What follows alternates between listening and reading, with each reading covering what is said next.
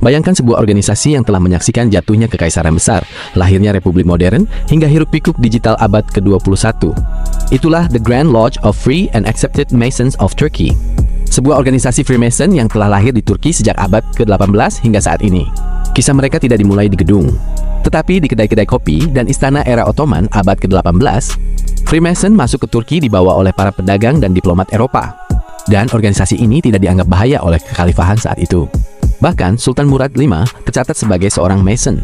Bagi para elit Ottoman kala itu, menjadi seorang Mason adalah simbol intelektualitas.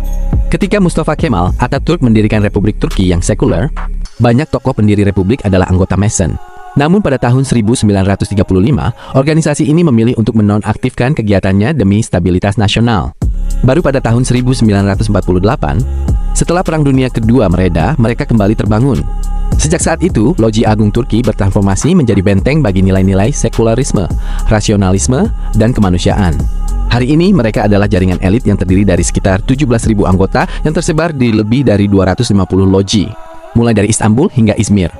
Freemasonry punya aturan unik untuk bergabung. To be one, ask one. Mereka tidak pernah melakukan rekrutmen terbuka. Setiap anggota harus melewati 3 tahap. Entered Apprentice atau magang, Fellow Craft atau sesama perajin, dan Master Mason.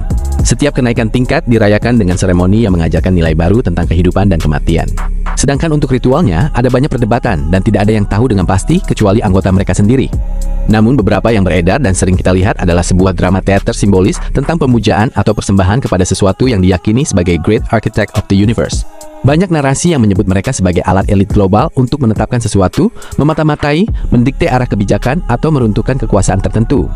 Namun, klaim dari organisasi ini adalah mereka tidak berpolitik praktis, dan tujuan mereka hanya untuk memberikan pencerahan dan mengikat persaudaraan.